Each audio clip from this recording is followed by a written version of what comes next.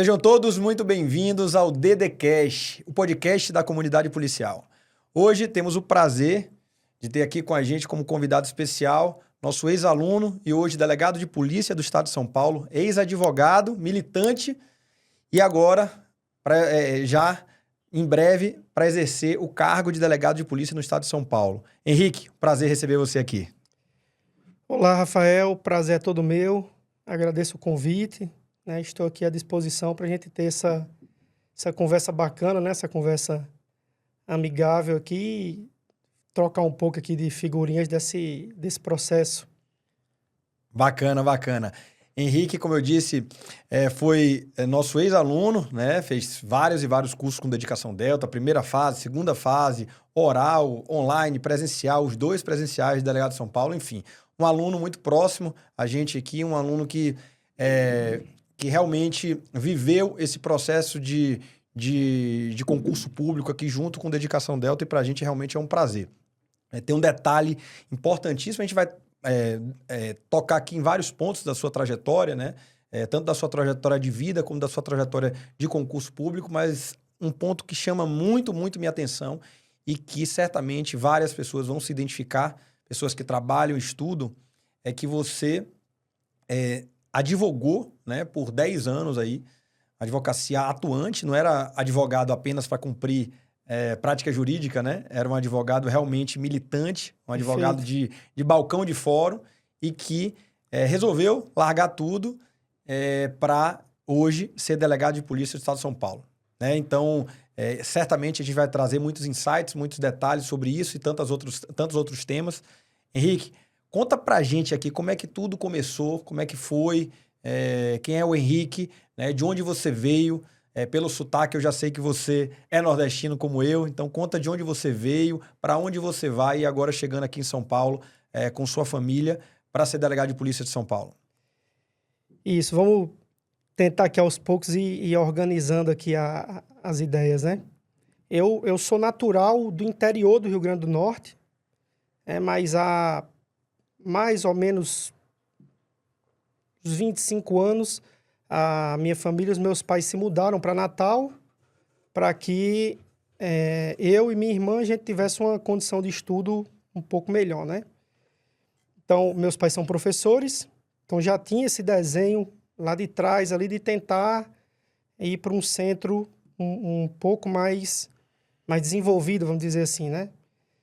E aí fiz a minha graduação o bacharelado em Direito pela UFRN, a UFRN do campus de Caicó, lá no interior do Rio Grande do Norte. Fui aprovado na primeira OAB, ainda no 8º período, e dali iniciei a vida na advocacia, né? E fui bastante feliz na advocacia durante um bom tempo, posso dizer isso certamente. Mas aí, quando completou ali uns 9 anos já de advogado, 9, 10 anos, ali eu já não estava mais feliz por completo, né? E aí foi aí que despertou o interesse em pensar, né, numa carreira pública.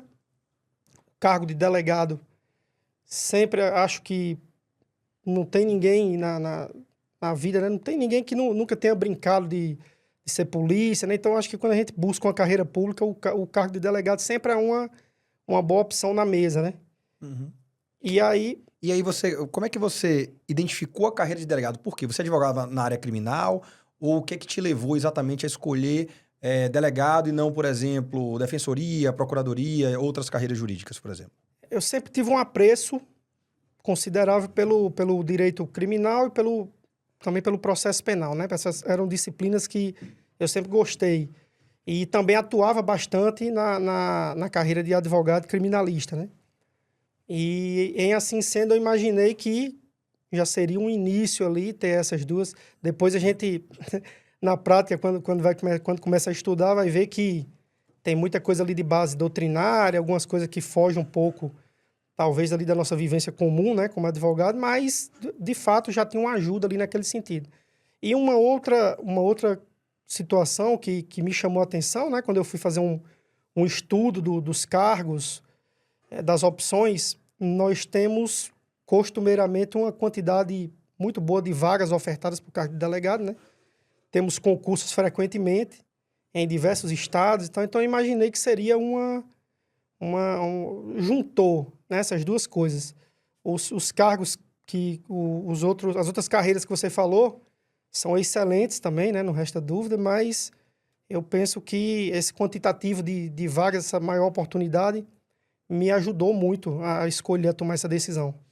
Entendi, Henrique. E aí você estava advogando por um longo período, né? Como a gente comentou aqui, você realmente exercia a advocacia. E aí, como é que foi esse estalo, para falar assim? Foi um processo gradativo ou você realmente tomou uma decisão e da noite para o dia você falou assim, ó, agora eu vou estudar e a partir de agora eu vou estudar muito para ser delegado de polícia? Não, eu vinha na verdade, acho que o nível de estresse estava aumentando muito, assim, uma carga de trabalho muito elevada, né? Talvez eu não consegui identificar de uma maneira completa, mas eu acredito que essa cobrança, digamos, do mundo particular, né? Dessa vida privada, e isso aos poucos eu desgastando, né? Aos poucos, assim. Ali eu vinha amadurecendo aquela ideia, né? Criando coragem também, né? Porque eu sabia que quando eu iniciei os estudos eu tinha 33 anos e eu já tinha alguns amigos aprovados, eu sabia da quantidade de coisas que eu ia ter que abrir mão, né? Então eu já não tinha mais idade para me enganar, vamos dizer assim, para fingir que ia estudar, né? Então eu vinha ali, digamos que num período assim de 6 meses, um ano, criando coragem, né? Até que um dia lá entra também um pouco a questão da fé, né? Cada um tem a sua crença, mas eu me recordo que era o dia... Eu acordei no dia 12 de outubro, né? Que é o dia das crianças, dia de Nossa Senhora Aparecida, mas eu não tinha tentado que era esse dia, né? E aí eu estava em casa, a minha esposa, na época, já tinha saído com meu filho, já tinha o meu primeiro filho. Ele era pequenininho, tinha entre 2 e 3 anos, ela tinha saído já, e eu acordei em casa ali no feriado, meio... Ali quando você não tá feliz, assim, meio que sem propósito. E aí eu caminhando pela casa, assim, peguei o meu Vadimécum, um Vadimécum antigo, por coincidência. Eu encontrei lá o Vadimécum da época que eu estudei para a OAB. Quer dizer, eu tinha usado esse Vadimécum 9, 10 anos antes. Enquanto eu folheava ele ali na mesa da cozinha, eu perguntei, né? Eu conversei com Deus, na verdade, se tinha ainda tempo para mim naquilo, né? Se aquilo fazia sentido. E aí tocou aquela música Romaria, né? Aquele hino de Nossa Senhora Aparecida. Eu interpretei aquilo como um sim. E a partir daquilo, eu já firmei ali um propósito, assim, eu fui convicto naquilo, né? Já tinha a vontade, já estava enfrentando as dificuldades do mundo particular, e aí fechou naquele momento ali, fechou uma decisão final, digamos assim, né? Eu já vinha pensando, e aí tomei essa decisão, e a partir daí fui tentar estruturar de que forma que eu ia fazer isso, né? Porque, como você falou, de fato, a minha advocacia era uma advocacia atuante, assim, de atender clientes diariamente, audiências, se não diariamente, mas semana sim, semana não. Tinha semana que tinha 3, 4 audiências.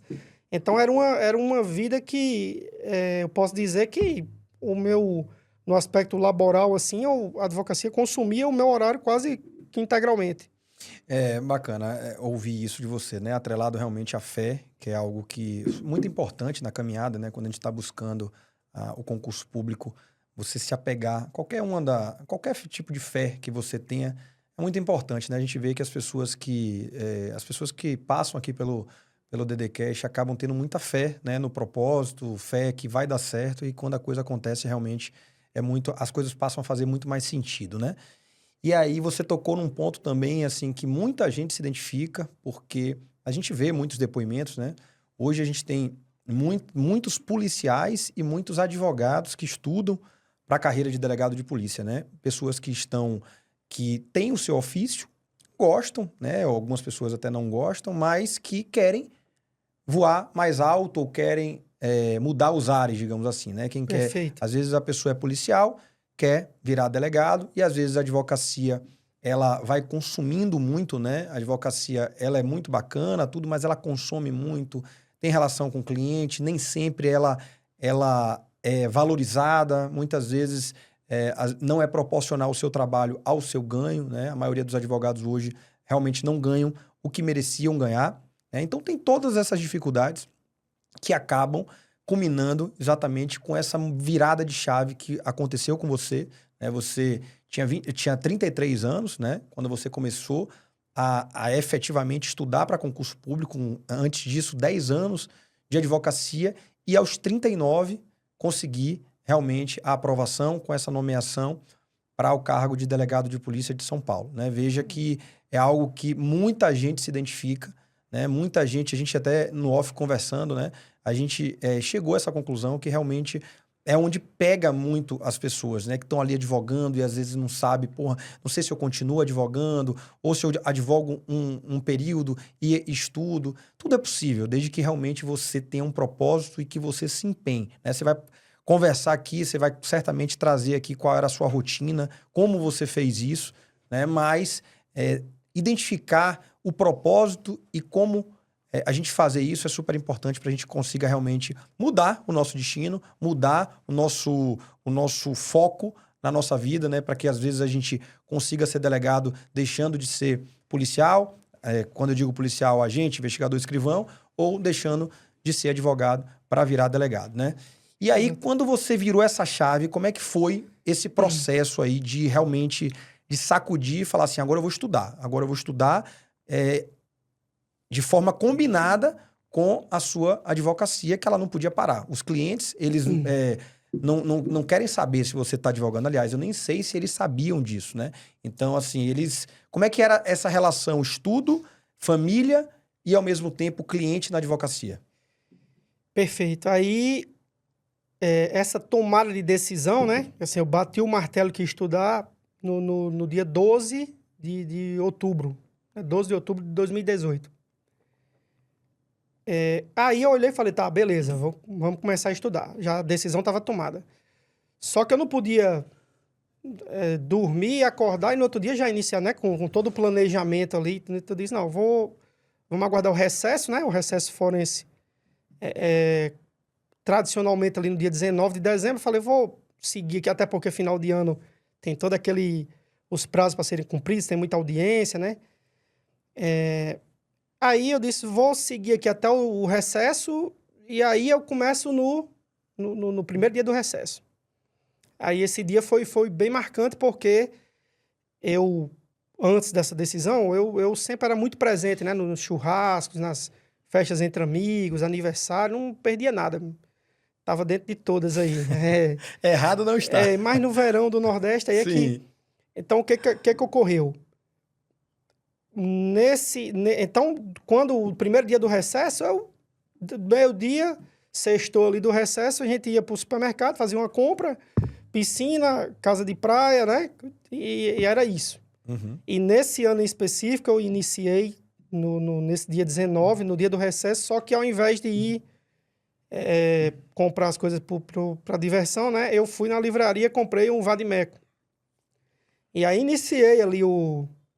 iniciei esse estudo ali meio que, assim, um pouco perdido, meio que, não sei se eu começo aqui pela lei seca, não sei, ainda não conheci a dedicação dela, né? Depois a gente fala mais sobre isso. E aí comecei ali meio que, vou começar aqui lendo Constituição, mas iniciei, né? Dei o ponto de partida, que eu acho que quem dá esse ponto de partida consciente, ele vai acabar encontrando o caminho, né? O cara pode, uns mais rápido, outros vão demorar um pouco mais, mas se ele tiver, de fato, aquela vontade, aquele ímpeto ali, se ele não esmorecer, ele vai chegar. E aí foi assim que eu iniciei. Aí deu o período do recesso, deu para estudar um pouco mais ali, né? Tentando criar o hábito, na verdade, né? Que a gente é o hábito. Então, sem hábito de estudar, 10 anos sem estudar para uma prova. Então, ali esse período do recesso foi para criar o hábito, digamos. Quando a gente volta ao ano seguinte, né? Que vem o trabalho e tal, aí eu já tive que fazer uma adequação, né? Já de cara ali, porque, de fato, Eu sou o provedor da minha casa, né? O principal provedor. A minha renda, ela vinha 100% da advocacia privada. Quantos filhos você tem? Hoje, 3. Né? Hoje, 3 em mais, não? Não. Pelo amor de Deus. Mas, quem sabe, um dia eu tenho vontade de adotar. Ah, bacana. Então, talvez venha o Vem o quarto quarto, adotado. coisa boa. Biológico, a gente parou pelos 3 aí. E aí, Rafa, eu iniciei, né, e percebi que durante o dia ia ser difícil estudar, né? Porque, lógico, aí vai também da facilidade de horários de pessoa para pessoa, né? Como eu sempre gostei da madrugada, na época do estudo para o vestibular e tudo, né? Não era ainda o Enem, né? Eu ainda peguei a época do vestibular mesmo. Uhum. Então, eu gostava de estudar de madrugada, né? Meu pai professor, sempre teve esse hábito de, semana de prova, ele me acordava de madrugada para a gente dar aquela revisadinha final ali antes da prova. E aí eu vi que durante o dia não ia dar, porque tinha muita ligação, então mesmo que eu estipulasse, eu vou estudar do horário X ao Y, não dava bom, porque quebrava muito. Mas é possível. Eu não estou dizendo que todo mundo tem que ir para madrugada, não. Mas para mim, e vendo, eu fui ler muito, que você estudar quando você está descansado é melhor, né? Então, o que eu comecei a fazer? Comecei a dormir cedo, cada vez mais cedo. Aí cedo mesmo, né? Eu tinha o hábito de dormir de 11, meia-noite, aí fui reduzindo, fui começando a dormir 10, 9, até que estabilizou ali, chegou no momento ali que eu estava dormindo 7h30, né? 19h30, 20 horas era o horário que eu ia dormir. E aí acordava por volta das 2h30 da manhã. No começo é difícil, né? Aí porque você, né, ali, primeiros dias, primeira semana, mas depois tudo é hábito, né? Depois ali de 10 dias, a gente já, antes do despertador tocar, eu já estava acordando. E aí, desde procurar estratégias para ficar ativo mais rápido, porque eu percebia que eu acordava, mas às vezes demorava para acordar, né? Para pegar no tranco. Para pegar no tranco. E aí eu dizia, não faz sentido você acordar 2h30, 3 da manhã e começar a estudar de fato às 5. Uhum. Aí eu ia vendo concurseiro, tem um pouquinho de loucura também, Sim. né? E aí, tomava um copo de água grande, jogava água gelada, tomava um banho, café, e assim ia, mas chegou um momento que acordava 2h30 e às 3 eu tava na mesa já, e tava ativo já. E aí, ia até às 6, 7 da manhã, até às 6, 7 por aí, isso durante um bom período, né? Mas foi o período que eu consegui criar casca. Depois daí, 8, 9 da manhã, aí ia trabalhar, né? Ia ter minha vida de advogado normal. Uhum. Quem é advogado sabe que quando a gente vai despachar os processos ou mesmo diligenciar, praticamente isso aí a partir das 9, 10, né? Antes disso a gente não consegue resolver muita coisa. Então dava para estudar nesse período aí. Né? Aos poucos eu fui profissionalizando isso. No início era até 6 da manhã, no dia que dava para ir até 7, eu já comecei a ir até 7, depois até 8. E assim a gente foi. E eventualmente, aguardando o despacho no fórum, alguma coisa nesse sentido, você conseguir estudar, né? E aproveitando esse tempo, né? Isso, Aí a gente tem as facilidades hoje em dia, né? Os nossos celulares, eles dão essa... Aí ficava ali, muitas vezes, fazendo uma questão, olhando uma coisa, né? Depois teve um período que teve um aplicativo que também me ajudava muito nesses momentos, assim, que eu estava ali aguardando e tal, que acho que você deve conhecer certamente, é o Anki, né? O Anki, né? De flashcard, conheço. Isso, ajudava muito, né? E aí, assim ia, né?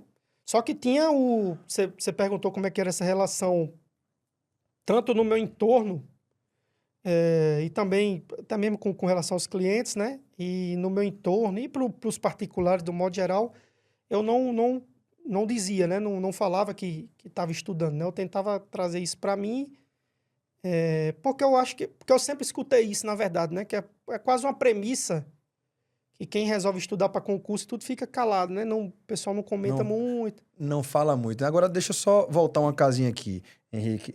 Você falou um negócio muito importante aqui, né? Que eu sempre bato nessa tecla, a questão do hábito, né? É algo muito importante.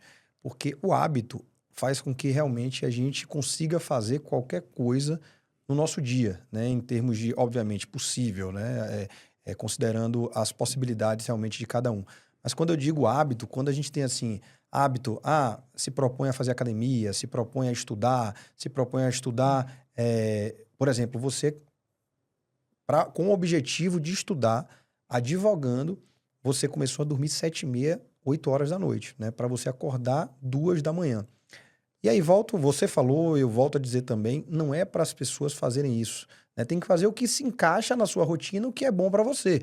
Isso não é uma fórmula mágica, né? Sim, Que deu certo para Henrique, vai dar certo para você. Não é isso. É porque você resolveu criar uma rotina desse formato, porque para você o estudo da madrugada rendia e, ao mesmo tempo, era o momento que você não tinha, os clientes não entravam em contato com você. perfeito. Então, você não despachava com juiz, você não atendia cliente, então você tinha ali um horário de 2h30 até 8, 7, 8 da manhã, líquida de estudo. Então, o seu rendimento com a cabeça vazia era muito boa. Muito bom, certamente, né? Então, é ali que você realmente conseguiu criar a sua casca. Então, assim, tanto essa questão do hábito é importante para tudo na vida, né? Quando você está começando a estudar, você também bateu nesse ponto.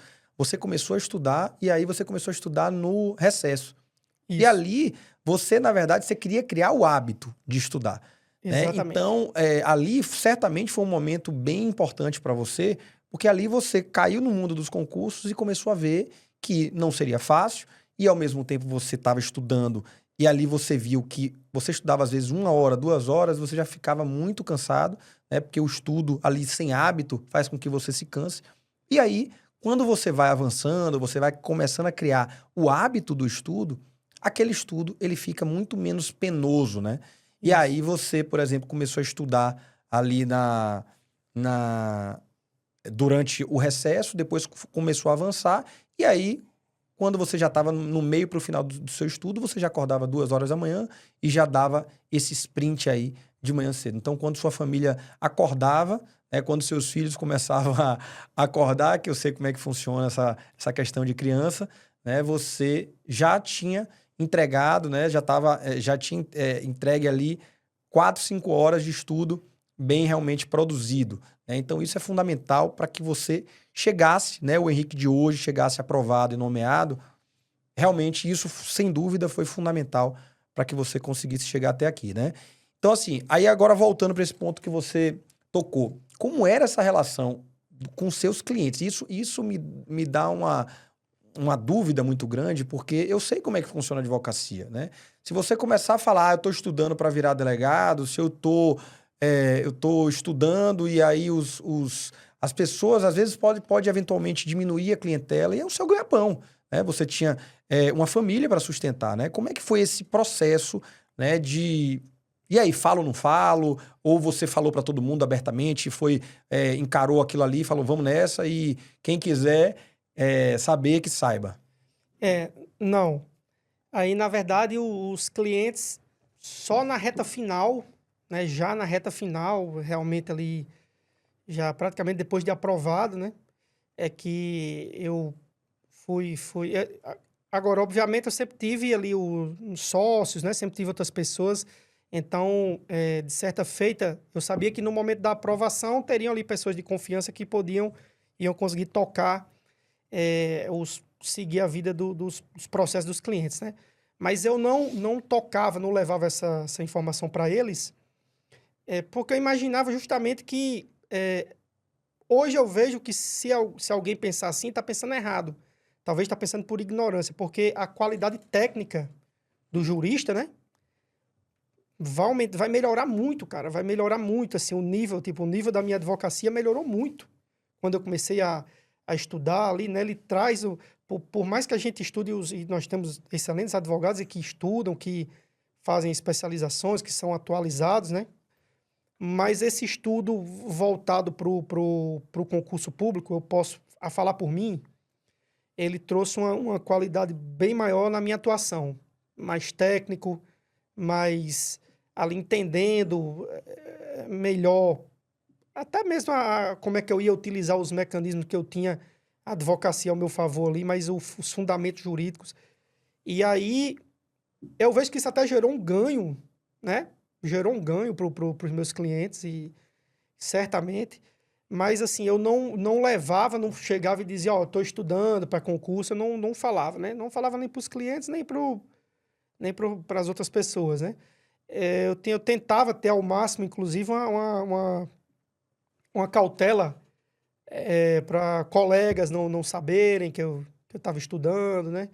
Tentava ao máximo, assim, eu tentava fazer isso. Agora, sempre de uma maneira ética e responsável também, né? Que não viesse a causar prejuízo para os clientes, né? Daí porque eu tive essa ideia também de pegar esse horário da madrugada, né?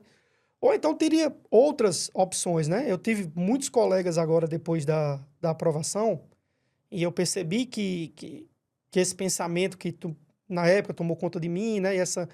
E de fato essa cautela, essa situação de não divulgar, eu percebi que isso é muito comum porque pela quantidade de directs, né, que eu fui recebendo, o pessoal queria saber, mas como é que você fazia, quais eram os horários, basicamente a pergunta que você acabou de fazer, né? E eu disse, rapaz, eu ia ali adaptando, né? E tentava, aí já entendendo melhor a logística, né? Isso melhorou a minha qualidade de trabalho em tempo também, porque eu era muito desorganizado com relação a horários. Digamos, se você é cliente, ligou para mim de manhã, quero falar com você agora, tem como me atender? Eu tenho. Atendi o cara de manhã. Atendia, digamos, 1 às 8. Tivesse outra às 11, eu atendia às 11. E aí eu comecei hoje à tarde. E eu juntava todo mundo naquele horário certinho ali, e fui ganhando, com isso ia ganhando tempo, né? Mas curioso que todos eles, sem exceção, todos os clientes, quando eu fui informar, né? Esse processo aqui e tal, tô saindo, tudo que eu falei, deram um feedback muito positivo, assim.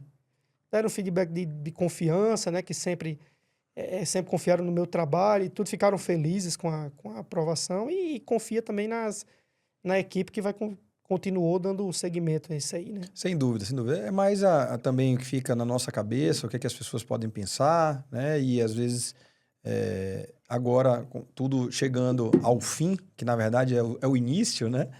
A gente vê que, na verdade, é tranquilo, né? Que as pessoas conseguem entender e as pessoas curtem também a nossa conquista, né? E aí, mas como é que você disse que não comentava muito? Mas como é que você fazia, por exemplo? Porque a gente sabe que concurso público é diário oficial, é site que noticia, a gente está ali, faz prova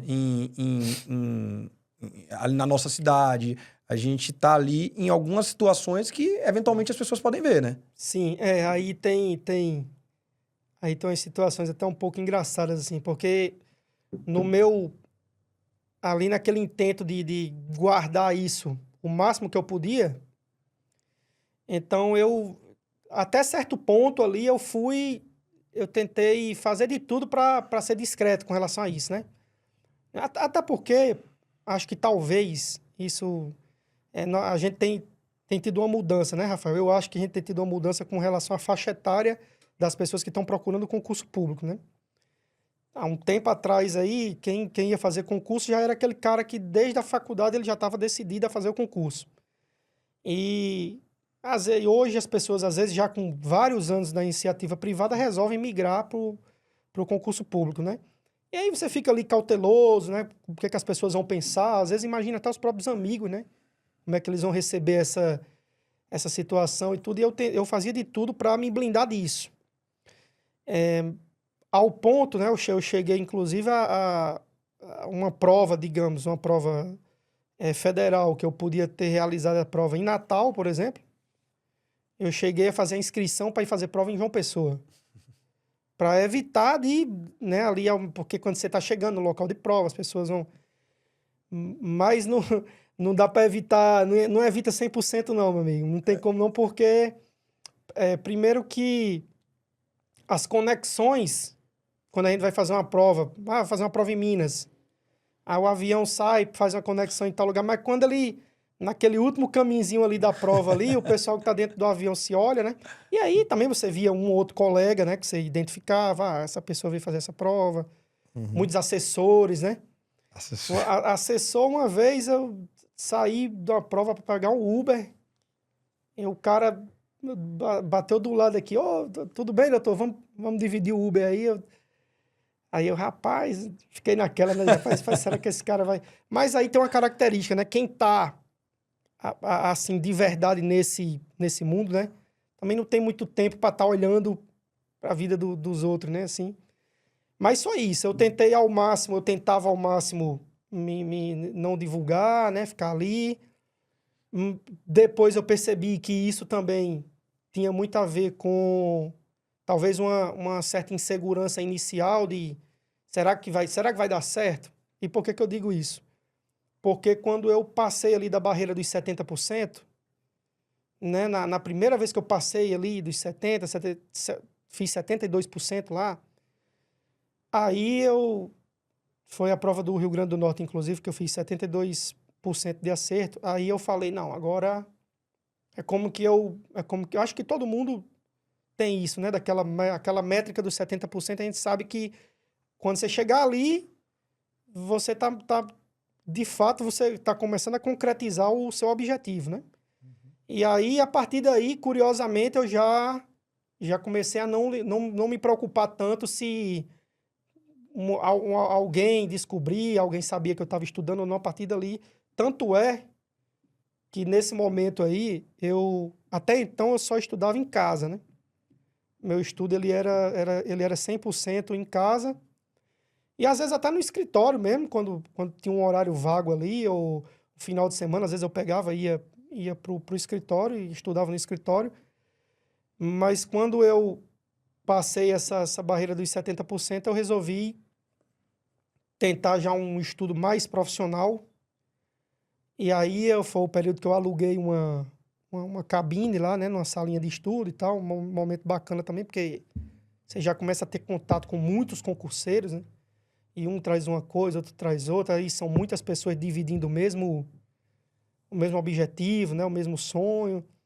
Aí já o sábado, o domingo, digamos, a sexta-feira, quando eu terminava ali o trabalho, eu já ia para lá, e assim foi. Então, teve isso. E me diz uma coisa, Henrique, uma coisa que chamou minha atenção foi o seguinte, você acabou de falar aqui que você teve as duas oportunidades, digamos assim, né? Uma oportunidade de ficar mais recluso, não contar para muita gente que você estava estudando, né? Quase uma vida dupla, digamos assim, né? Em que você estudava, trabalhava e não comentava com as pessoas. Isso, na minha visão, pode gerar uma solidão, né? Pelo menos você contando, eu imagino que você tenha vivido uma solidão muito grande nesse processo de concurso. Ao passo que agora você falou que você, no final, do meio para o final, você alugou uma cabine de estudo e aí você se sentiu parte ali de uma espécie de comunidade de pessoas que têm o mesmo propósito para alcançarem o objetivo, né, do concurso público. O que é que você enxerga dessas duas situações? Existe uma melhor, uma pior? Existe a que mais se encaixa para o momento de vida de cada um? Porque, assim, quem nos escuta e nos vê, às vezes estuda em casa, às vezes tem problema com a família faz barulho, não consegue estudar direito, tem gente que estuda na cabine de estudo. Qual é a sua visão, já que você viveu esses dois mundos? Quando você encontra pessoas aqui que dividem os mesmos sonhos, os mesmos objetivos, de fato, torna esse fardo mais leve, né? Não há como negar que quando eu consegui conhecer outras pessoas ali e tudo, isso ficou mais... Os dias difíceis eram menores, eram mais difíceis de chegar, vamos usar esse termo. Porque até o momento que eu fui fazer uma prova no Pará, aí eu era 100% sozinho, assim, 100%. Não comentava com ninguém, não... E, como eu falei pra você, se eu entrasse no avião ali, eu tentava me esconder o máximo que eu pudesse, que eu não queria nem que alguém ali da própria cidade viesse e trouxesse um compartilhamento, na verdade, né? Eu não queria isso, eu queria aquele isolamento. Eu acho que esse isolamento, ele é muito próprio do início. Do início ali, do início do processo, para quem está se descobrindo, porque o próprio ato de estudar em regra, ele exige esse isolamento, né? Você vai estar em silêncio ali. Agora, num momento posterior, aí essas relações elas vêm e vão ajudar muito. No meu caso, eu agradeço muito a Deus, uns amigos. Agradeço que nesse concurso de delegado do Pará, acabou não tinha mais hotel, não tinha mais hotel para alugar, não tinha Airbnb, não tinha nada. 30 mil pessoas em Belém do Pará. Perfeitamente. Não Guerra tinha mais total. tacacá, não tinha mais nada. E aí foi quando restou, na verdade, né? Tentando lá encontrar uma maneira de fazer essa prova. Eu não lembro qual foi a rede social, não lembro, mas tinha lá nos comentários o pessoal dividindo apartamento. E eu tive a felicidade de conhecer pessoas que eu dividi apartamento com os caras lá, um do Paraná, outro do Pará mesmo, que foi quem organizou a casa pra gente, outro do Rio de Janeiro, outro de Santa Catarina, meu irmão. E ali uma mistura de culturas, Mas aí a gente fez uma amizade ali e os caras muito fera, né? Muito, que me ajudaram muito. Eu tenho certeza que sem eles, talvez eu não fosse delegado hoje, né? Ia demorar um pouquinho mais. E aí os caras pegaram lá, pai, vamos criar um grupo aqui, filho. Um grupo no WhatsApp, Papiro Delta é o nome do grupo. Tá lá até hoje. E ali iniciou Já tem delegado ou só você? São 6 nesse grupo, tem 6. 3 já são delegados. E os outros 3 estão no detalhe, aquele ajustezinho ali, mas que a gente sabe que qualquer hora Vai dar certo. Vai dar certo. Eu acho até que no concurso do Rio Grande do Sul, aí nessa levada de concurso agora, eles terminam de resolver isso aí, né? Mas sem pressão, né? Porque... Sem pressão, mas depois vai ter que ter a confra desse grupo aí, né? Vai ter que ter. Mas esse grupo, alguns começaram a estudar de madrugada, né? Uhum. E aí, às vezes, não todos, porque é aquilo que você falou, né? Não tem receita de bolo, né? Então, tem 2 lá que o cara falou, rapaz, a madrugada não é pra mim, não. E aí, mas tranquilo, mas já tiveram outros que se adaptaram a começaram a fazer isso aí. E quando eu dava ali 2h30, 3 horas da manhã, o pessoal já tava dando bom dia um pro outro. E quando você tava desanimado, o cara vinha e, né, um levantava o outro. Então, ali dessa maneira virtual, foi quando eu tive esse primeiro acolhimento, assim, entre amigos ali, né? Aí, num segundo momento, aí já ciente que já por causa desse primeiro grupo aí, a gente gostava muito de fazer a prova em São Paulo.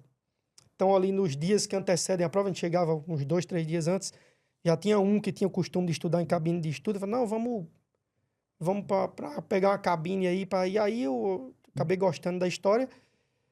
E quando voltei para Natal, depois da prova, falei, vou procurar uma cabine dessa aí. E lá, aí isso aí ficou mais robustecido, né? Porque aí já era um convívio, no meu caso não era diário, né? Que eu não conseguia, por causa das atribuições da advocacia, mas quando possível, ia lá e o pessoal,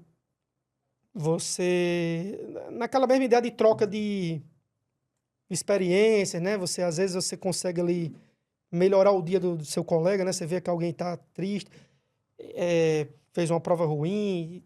Também foi um momento de muito aprendizado, vendo a evolução ali dos aprovados, né?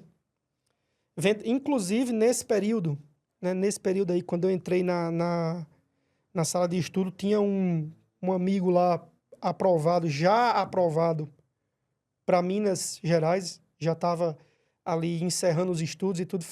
Acho que foi ele a primeira pessoa que falou do material do Dedicação Delta para mim, né? Isso é importante também, você estudar de maneira assertiva, de maneira estratégica, né? A gente tem que ter cuidado com essa questão da fila, porque de fato é uma fila. Se você não desistir, você vai chegar, mas não é aquela fila do pão, né? Não é uma fila que não importa o que você esteja fazendo, você vai chegar a sua vez. Não, você tem que, porque se você não tiver estratégia, não utilizar as ferramentas que você pode da maneira correta, vão furando essa fila, né? Essa fila não respeita essa ordem, então vão furar a fila.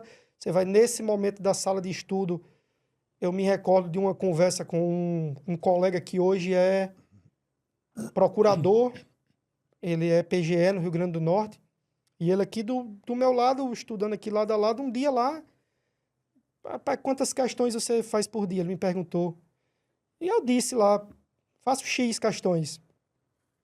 E aí, quando ele falou o número de questões que ele fazia, isso ali gerou um... Eu digo, rapaz, achei que eu fazia muita questão, mas não. Aí comecei a fazer mais questões, né? Utilizar um material mais enxuto. E aí as coisas vão ali. Então, essa troca de experiência, ela ajuda muito nesse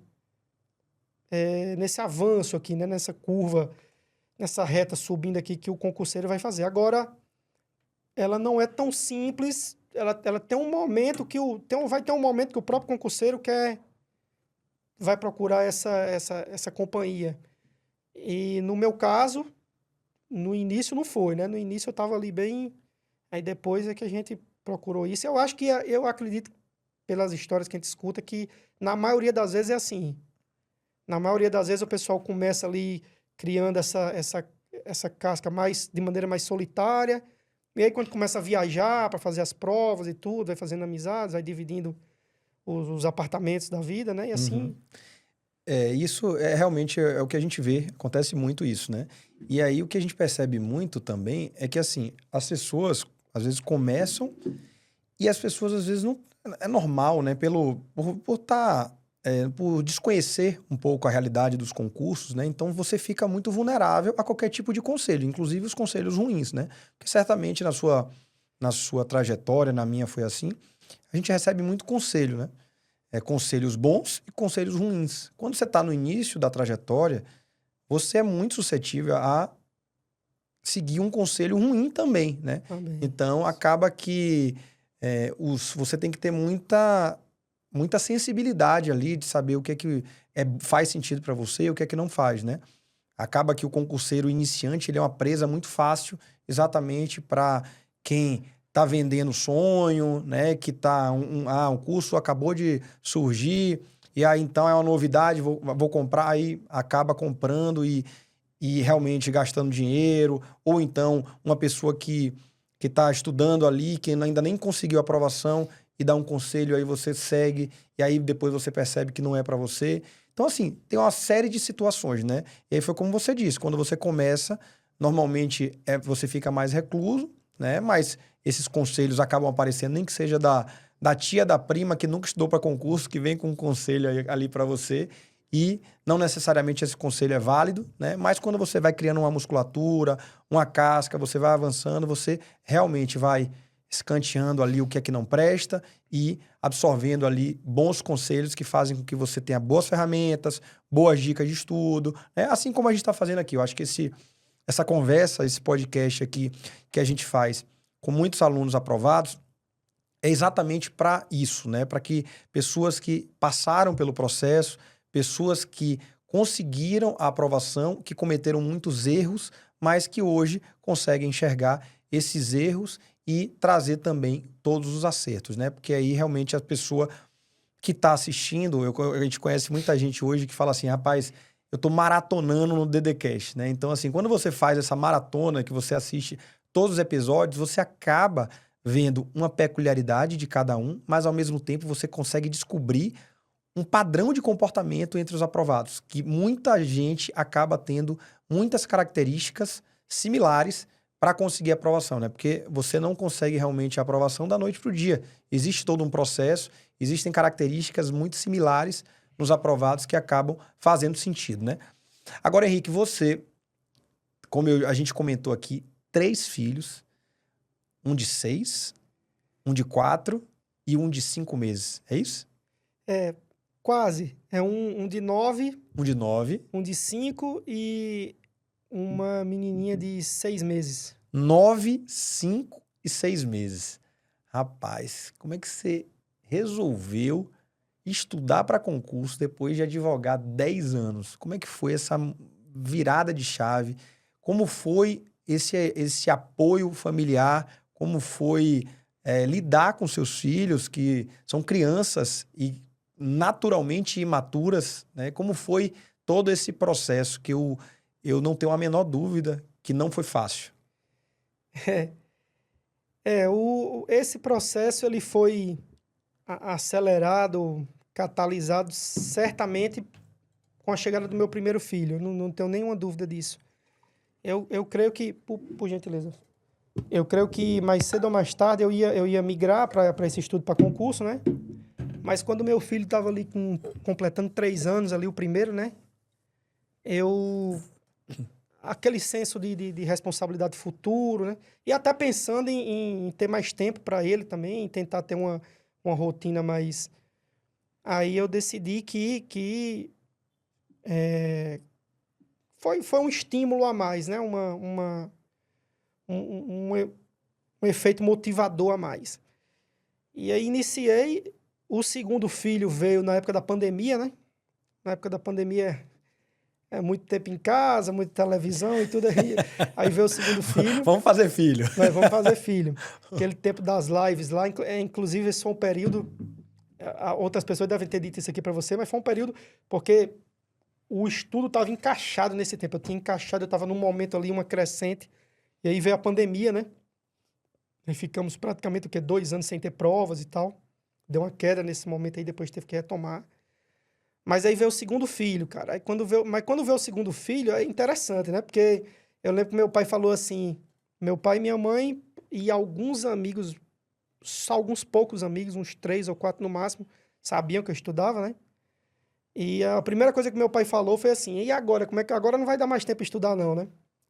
Agora vai ter que trabalhar mais e mais para prover. Aí eu falei, não, mas aí contei com a ajuda muito grande da minha esposa, né? Porque ela e o meu sogro, minha sogra, porque eu tinha essa colaboração dela, eu acho que para quem é casado, para quem tem sua namorada, noiva, essa é uma conversa que passa também pelo seu companheiro, né? Pela sua companheira. Se não tiver esse apoio aí, mas ela comprou a ideia, e aí, por exemplo, os finais de semana que eu estava na sala de estudo, ela segurava a onda lá com os meninos, com os avós. Mas do mesmo modo que isso traz uma preocupação, trouxe também uma questão motivadora muito forte, cara, muito forte mesmo assim, tudo, porque eu lembro que eles... teve um Dia dos Pais lá na escola, eles me deram uma medalhinha lá, né, de super pai, que a escola deu para eles. E eu guardava essas medalhinhas lá no meu lugar de estudo. E às vezes ali, quando no intervalo, ou quando você se pega ali descansando, esticando, alongando a coluna, eu pegava essa medalha, né, e imaginava que aquilo ali um dia ia virar um distintivo, né, e como virou, né, como acabou acontecendo. E foi o melhor... A melhor motivação que eu tive foram os meus filhos. E não tem... Se eu falar muito dos filhos aqui, aí estraga... Aí a gente começa a chorar. Mas foi isso, cara. E agora teve um momento... O estudo para concurso, Rafael, ele exige essa coragem, né? Uhum. Porque depois, você falando como delegado já, é muito fácil você olhar para trás e ver que tudo fez sentido. Agora, o difícil é você bancar, é você ter coragem para bancar aquela decisão ali, né? Então, quando você falou aí no segundo filho, eu falei, não, eu vou segurar a rotina aqui, porque a racionalidade por si só talvez apontasse de fato para talvez eu diminuir o ritmo de estudo e trabalhar mais e tudo, mas eu fui segurando ali, tentava, ao longo desse período, eu tive que me reeducar, financeiramente falando, no sentido de tentar gastar o mínimo possível. Tentava gastar o mínimo possível para poder ter a oportunidade de ter mais tempo para estudar. Né? Que a gente sabe que tempo é dinheiro. Então, se você quer gastar mais, você vai ter que, obviamente, também trabalhar mais e acumular mais trabalho e tudo isso. Então, isso também ocorreu. E aí também teve a compreensão, né, da minha esposa, Vanessa.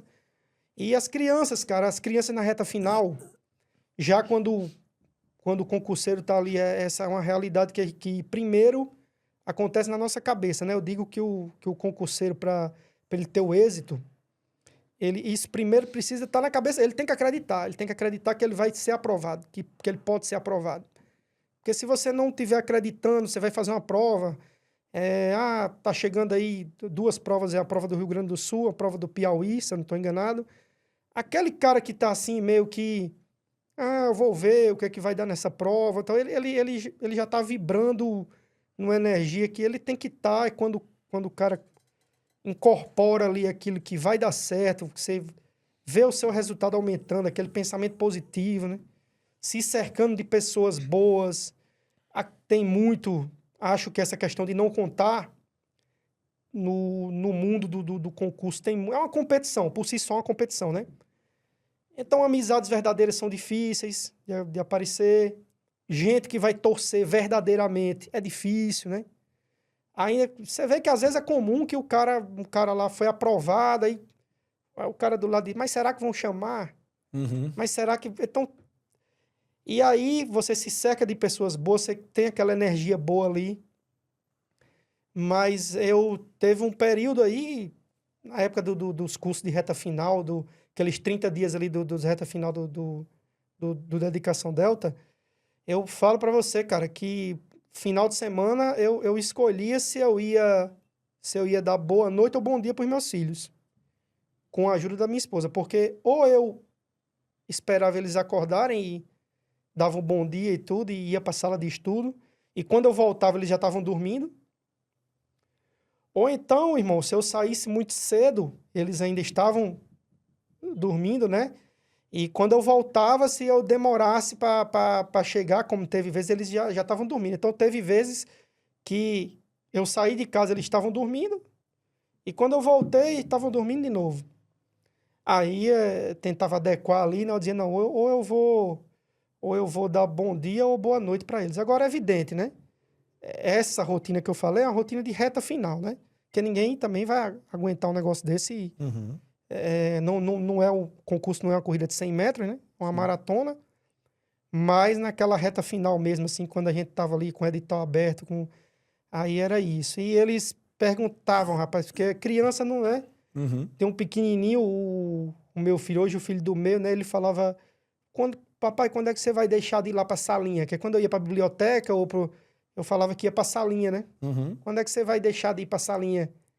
Aí eu disse, calma aí que papai, uma hora e até que deu certo, né, cara? E é engraçado eu conseguir falar isso hoje aqui pra você, porque eu acho que eu já chorei tanto contando essas coisas aí, que já estabilizou. Já estabilizou, cara, mas é um assunto que me emociona. E a de 9 já consegue ter a noção exata que o pai vai ser delegado? O de 9, né? O de 9, perdão. Consegue. Eles estão Vibrando. ficaram bem orgulhosos, assim. Esse de 9 aí, quando eu viajei para fazer a prova oral, aí eu já ali botando as coisas na mala e tudo, ele fez um desenho do distintivo, né, da Polícia Civil de São Paulo. Quer dizer, ele pegou, acho que a mãe deve ter soprado para ele, né? Claro. Faça um desenho aqui pro pai. Mas ele Isso você nunca vai saber. Rapaz, eu chorei demais com esse. Eu lembro que no dia que antecedeu a prova oral, eu achei esse desenho, tava lá, assim, dentro do Airbnb ali, o cara se emociona, né? Lembra? Uhum. Porque, na verdade, tudo vem pela família, né? Esse esforço todo passa por eles. E paguei, para não dizer que eu só falei de flores, né? Paguei um preço alto aí com esse meu filho mais velho, porque eu gosto muito de futebol, mas ali nos primeiros anos de estudo, principalmente ali, né? Nos 3 primeiros anos, foi um momento que eu praticamente larguei mão de tudo que não fosse estudar, né? E pelo horário que eu disse a você que eu dormia cedo, e então não assistia jogo e tal. Aí ficaram muito tempo com os tios, né? Final de semana com os tios ali. Esse mais velho aí acabou indo torcer para um time aí que eu não sou muito fã. Qual é o time? Rapaz, ele torce pro Flamengo, cara. Que maldade, rapaz. Eu não gosto muito.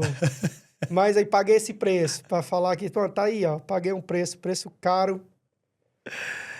Preço caro por ter passado um tempo ali sem ter condição de colocar ele na rédea futebolística. Mas é do jogo. É do jogo. É do jogo da vida. Ô, Henrique, e me diz uma coisa. Vamos agora para a estratégia mesmo de estudo que você construiu ao longo desses anos e que culminou com sua aprovação no concurso de delegado de polícia de São Paulo. Como é que você fazia para estudar efetivamente, né? Tanto a fase objetiva, quanto a discursiva, quanto a oral. Como é que você analisava um edital? Se você realmente pegava e aí ia estudar de forma aleatória, ou você pegava um edital, analisava. Como é que foi todo esse processo até realmente chegar no concurso de São Paulo? Essa questão de analisar o edital que se adequava realmente ali, o que eu teria uma chance maior, eu acho até que eu demorei um pouco para perceber isso aí, né? Mas veio na reta final ali já, ali num 1 ano e meio que antecedeu a aprovação, porque nós temos, graças a Deus, muitos concursos de delegado, né? Uhum. Concurso de delegado, eu digo sempre que, no meu caso, eu tinha que me manter ativo, então eu tentava fazer a maior quantidade de provas possíveis, assim. Tinha prova lá que você olhava assim e falava, rapaz, acho que esse concurso aqui eu não estou brigando por ele ainda, mas eu queria fazer para estar naquele ambiente, para estar pegando uma lista de prova e tudo. Mas depois, quando você já está se aproximando da aprovação, aí a gente começa a ver que você focar no edital correto é primordial. Porque, digamos, a gente tem aí uns 2, 3 editais abertos, né? Ao mesmo tempo. Eu digo o seguinte, se puder ir fazer os 2, 3 concursos, vá. Se dá para ir fazer, vá. Agora, não tente dividir o seu tempo aqui com ele, porque você é mais sorte se você escolher aquele certame que melhor lhe favorece. Vou dar um exemplo do concurso que vai ter aí agora do Rio Grande do Sul. Rio Grande do Sul, eles cobram português. Na parte da manhã, tem uma prova de português, 40 questões de português, não é isso? Correto. E eu estava conversando justamente com um amigo meu que me pediu umas dicas. Eu falei, amigo, ó, você é bom de português? Falei, rapaz, toda a vida fui o cara em português e tal. Falei, então essa é a sua prova. Porque a prova de português por si só aqui, ela vai, né? Já o cara que não é bom, nunca foi bom de português, eu vou falar que ele não vai fazer essa prova? Não, ele pode fazer essa prova, ele pode fazer a inscrição lá e fazer. Agora, se ele tem uma outra prova lá, que se adequa melhor aos pontos fortes dele, ele não pode colocar a energia dele aqui. Entende? Então teve isso. E eu acho que essa adequação do concurseiro ver se em algum momento ele vai fazer mais questões, ele vai treinar discursiva, Isso tem muito a ver com o senso crítico que a gente precisa ter, que todos nós precisamos ter para ir fazendo essa adaptação ali do que o momento pede. Porque tem um momento que, de fato, não fazia muito sentido estudar para a prova discursiva, porque você olhava e via que ainda tinha um caminho a percorrer para fazer o corte na prova objetiva, né? Mas a partir do momento que o candidato ele começar a enxergar, sobretudo nos concursos de delegado, que 90% dos concursos nós temos a prova objetiva na parte da manhã e na parte da tarde nós temos a segunda fase, né, a prova discursiva. Eles guardam essas provas e só depois eles vão corrigir, mas a prova já é naquele dia, né? Aí, meu amigo, não tem o que fazer, não. Se você percebe que já está na cara do gol ali, que qualquer hora você vai fazer a nota de corte na objetiva, você já precisa, paralelamente, trabalhar essa prova discursiva para que, quando ela efetivamente venha a ser corrigida, você tenha uma chance real de brigar pela vaga, né? Senão, porque é uma outra malícia de prova, né? Uma outra... você vai ter que desenvolver aquela situação de entender que... eu, por exemplo, pensava que o examinador queria uma resposta bem elaborada, né? Uma escrita, mas na verdade o que vai acontecer ali é um cara crachar onde as palavras-chave vão ter que estar no espelho. Então, isso aí já é um outro momento que vai pedir isso, né? Tem a questão do aumento de questões que o candidato vai ter que ter a expertise de perceber qual que é o estilo da banca dele, né? Isso parece óbvio se a gente estiver falando com pessoas já aprovadas, mas imaginando que a gente está falando aqui também para pessoas que estão iniciando, eu acho que é uma coisa bem pontual, né?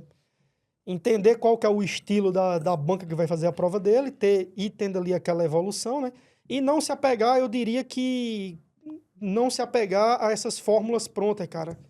Não se apegar à fórmula pronta. Curioso que, quando eu fui começar a estudar, eu vi um vídeo de uma aprovada que eu não sei, eu perdi esse vídeo, mas na época lá eu fui depoimento de aprovados. E ela dizia que não se apegasse a uma receita de bolo. Porque o que é mais eficaz para mim pode não ser para você, né? Sem dúvida. Só que tem um detalhe. Eu acho que se uma coisa funcionou para você, funcionou, aquele método ali, você está percebendo que funcionou, que você está tendo uma crescente, aí, meu amigo, não abra mão daquilo. Não abra mão do que você está percebendo, porque às vezes a gente está no caminho certo, mas aí você faz uma prova, você não passou ainda, por questões de que você ainda não está no nível, que não era o seu dia e tal, e a gente tem essa mania de querer sempre voltar e achar que está tudo errado, né? Uhum. Aí vem a história que você falou ali, que o mercado é muito agressivo ao ponto de vender as fórmulas mágicas, né? E a fórmula mágica não existe. Existe, a falar por mim e por muitos aprovados que eu conheço, eu diria que um material enxuto, assertivo, porque ele vai lhe proporcionar ler e reler e revisar aquilo mais vezes ali. E, além disso, a resolução de questões, né? Muitas questões. Quando estiver achando que faz muita questão, faça mais, porque, efetivamente, no dia, o que a gente faz é resolver questões. Foi o que você falou aí também do foco, né? Aqui no Dedicação a gente foca muito, né? Foca muito no cargo de delegado de polícia. E aí, realmente, o foco muda o jogo, né? Porque é você estudar para uma carreira especificamente e, ao mesmo tempo, você escolher um edital para você seguir, você criar o foco dentro do próprio foco, né? Então, isso realmente Perfeito. faz com que você tenha mais possibilidades, né? Porque antigamente você estudava para as carreiras jurídicas, né? E aí o tempo passou, a coisa começou a ficar mais difícil e as pessoas começaram a direcionar para essas carreiras, né? E a gente sabe, foi o que você falou aí, Rio Grande do Sul, 40 questões de português. Aí você pega outros concursos do Piauí, você vai ter lá 12 questões de conhecimentos regionais do Piauí, né? Perfeito. Então, cada concurso vai ter a sua especificidade. Naturalmente, existe o núcleo duro ali, penal, processo, constitucional e administrativo, que vão representar 60%, 70% às vezes da prova, né? Mas cada concurso, cada estado vai ter a sua especificidade. Então, é interessante você direcionar, pelo menos, num primeiro momento, para aquele concurso, né? Especialmente se aquele edital estiver aberto, direcione por completo para que você consiga realmente, porque concurso é o detalhe. Então, assim, às vezes você está fazendo 70, 75, aí a nota de corte vai ser, por exemplo, 78. Às vezes você fica de fora por 2, 3 questões, que é Isso. exatamente aquele ajuste fino que você não teve. Por quê? Porque você estudou para tudo e todos ao mesmo tempo, né? Essa prova de São Paulo, por exemplo, né, contando com os amigos, esse grupo que eu falei para você, esse grupo de WhatsApp aí, os que iam passando, continuavam ali ajudando os demais, né? E aí tem um grande amigo que já era delegado aqui em São Paulo, delegado em Guarulhos hoje, doutor Samuel Bruno. Ele falou, e aí, cara, como é que tá para a prova de São Paulo aí, irmão? Né, ele me perguntando ali. Falei, rapaz, tô aqui e tal. Ele falou, e aí a discursiva, como é que tá a discursiva aí? Porque São Paulo já tem a correção da discursiva, que ela é bem pesada, né? E nessa última prova, com a queda da cláusula de barreira da prova objetiva, né, ali se exigiu uma pontuação mínima por disciplina, mas já tinha a expectativa que tivesse um número de discursivas maior corrigidas, né? Então, a época lá, eu treinei lá, peguei uma discursiva lá para treinar, ele viu, né? E ele, conversando comigo, fez, meu irmão, você precisa fazer um curso aí com correção individualizada, né? Inclusive, eu fiz o curso de segunda fase da dedicação delta com correção individualizada, né? Que aí é o ajuste aí é o candidato que vai ter que perceber, né? Porque, veja, você pode fazer um curso de discursiva sem essa correção individualizada. Você pode, dependendo se você já conhece estilo de prova, se você já entendeu mais ou menos como é que é, naquele momento eu precisava entender a malícia do examinador ali, né? E aí eu tinha essa correção praticamente linha por linha, cara. Porque aí era marcado ali, ó, aqui você perdeu... A equipe deu o feedback certinho? Deu. Aí pode passar os parabéns aí, porque esse curso... Fica muito no imaginário da gente, né? A preparação para a prova oral, que eu fiz os 2 presenciais de vocês, né? E aí, top demais, né? Essa preparação para a prova oral, ela é diferente mesmo, né? Ela exige essa oralidade, esse bate-pronto do candidato. A gente se vê ali frente a frente com aqueles professores que a gente não só tem aquele contato distante, né?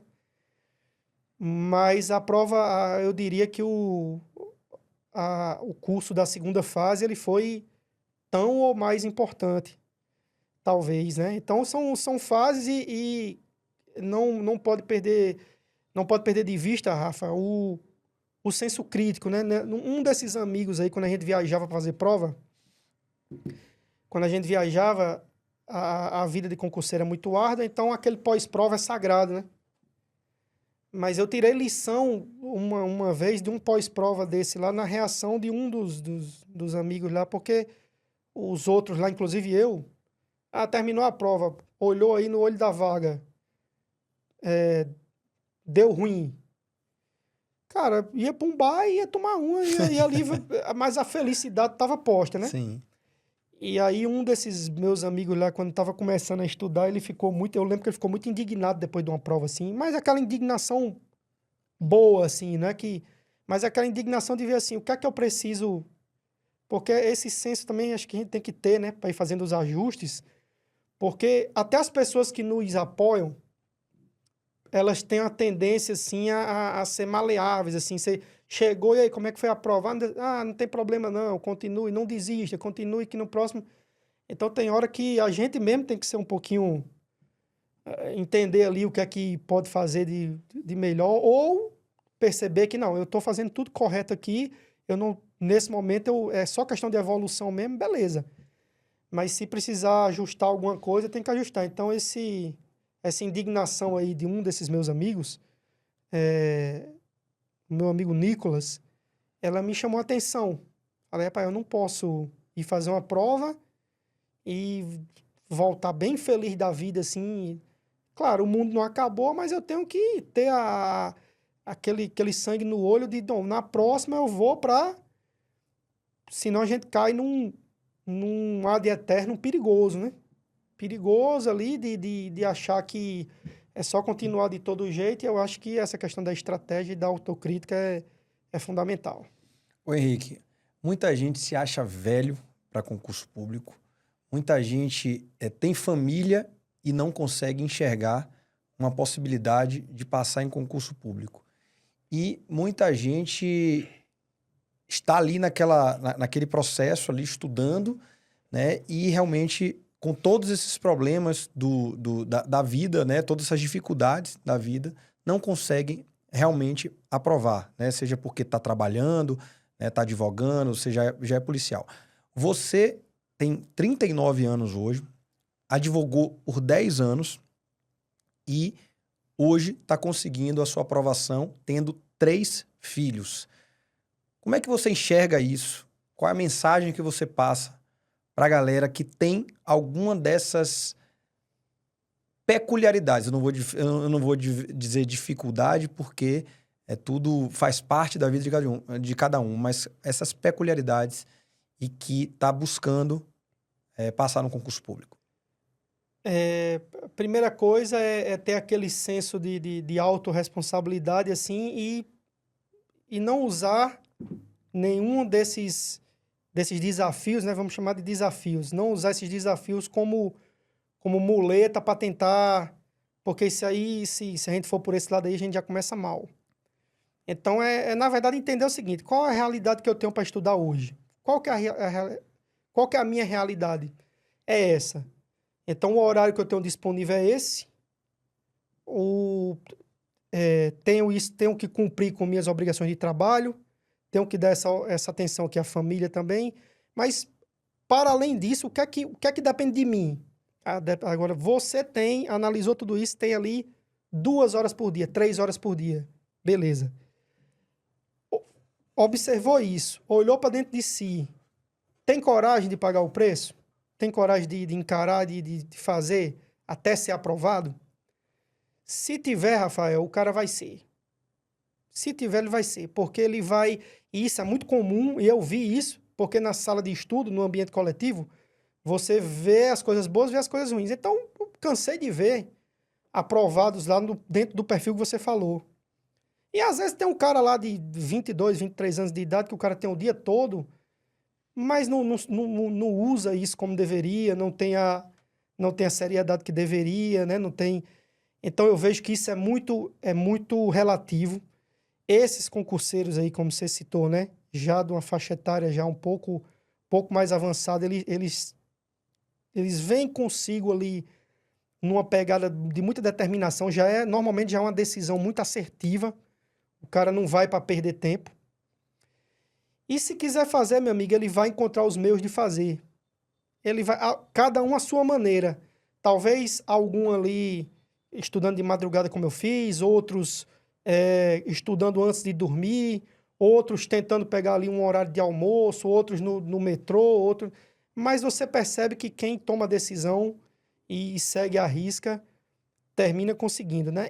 E o mais interessante é que essas dificuldades ou esses desafios, eles são as mesmas coisas pro cara que fez acontecer aquilo ali. O cara vai falar que aquilo ali se tornou, na verdade, os filhos, né? Como a gente citou. O combustível dele. Então, o cara pode usar os filhos como que, eu não posso porque eu tenho um filho, porque... E ele pode fazer também, eu fiz para os meus filhos, né? Então, eu digo que não existe barreira intransponível no mundo do concurso. O mundo do concurso é uma briga que a gente trava com o nosso eu, e a gente começa a vencer, meu amigo, na hora que o alarme toca. Tocou, começou a fazer, e ali a fé em Deus, né, que eu tive muita ajuda, tive muita oração,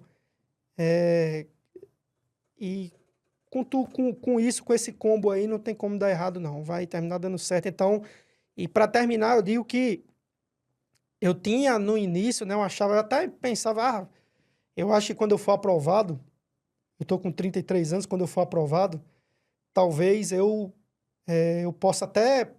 Talvez eu imaginava ser um exemplo na idade, cara. E depois eu fui ver que muitas e muitas pessoas com a idade... nós tivemos um aprovado na PGE aqui em São Paulo, se eu não estou enganado, com 57 ou 67 anos. 67. 67, cara. Então, isso é interessante, ó, para quem tá... Para quem se vê numa situação de desafio maior, não se apegue aos exemplos de pessoas que têm uma condição de estudo melhor do que você. Eu fazia isso. Eu tô aqui, eu tenho 3 filhos, tô com antes da aprovação, né? Tô com 38 anos. Eu não podia ir me comparar com um cara lá que tem 25 e tem o dia todo para estudar, que não paga um boleto, que tal. Esse exemplo para mim não servia. Qual é o exemplo que eu queria? Eu queria esse exemplo aí. Eu queria o exemplo do cara que passou na PRF com 57 anos. Eu queria o exemplo do cara que foi aprovado na PGE com 67. Eu tinha recortes daquelas notícias do camarada que ficou desempregado, não tinha casa para morar, não tinha... Então, você sempre olhar para quem está numa condição pior do que a sua e conseguiu. Porque sempre vai ter alguém numa condição mais difícil do que a nossa. Aí a gente vai para frente. Agora, ficar se comparando ali dentro de um vitimismo, olhando a vida de outras pessoas, que o cara tem uma condição de estudo que você não tem, aí, meu irmão, se for para aí desse jeito aí, nem comece que não vai dar. Mas se arregaçar as mangas e for para a guerra mesmo, vai conseguir, certamente. O nome disso é inteligência emocional. Senhoras e senhores, recebemos nosso querido Henrique. Henrique, foi um prazer receber você aqui no DDCast. Esse papo muito legal, muita experiência aqui no mundo dos concursos, muitas dicas, história de vida, história de concurso. Então, certamente, quem acompanhou a gente aqui ganhou muito com sua história. E eu agradeço, em nome do Dedicação Delta, a sua participação. Muito obrigado. Eu que agradeço, Rafael, e um abraço aí a todo mundo que assistiu e que vai assistir esse episódio. Valeu, galera.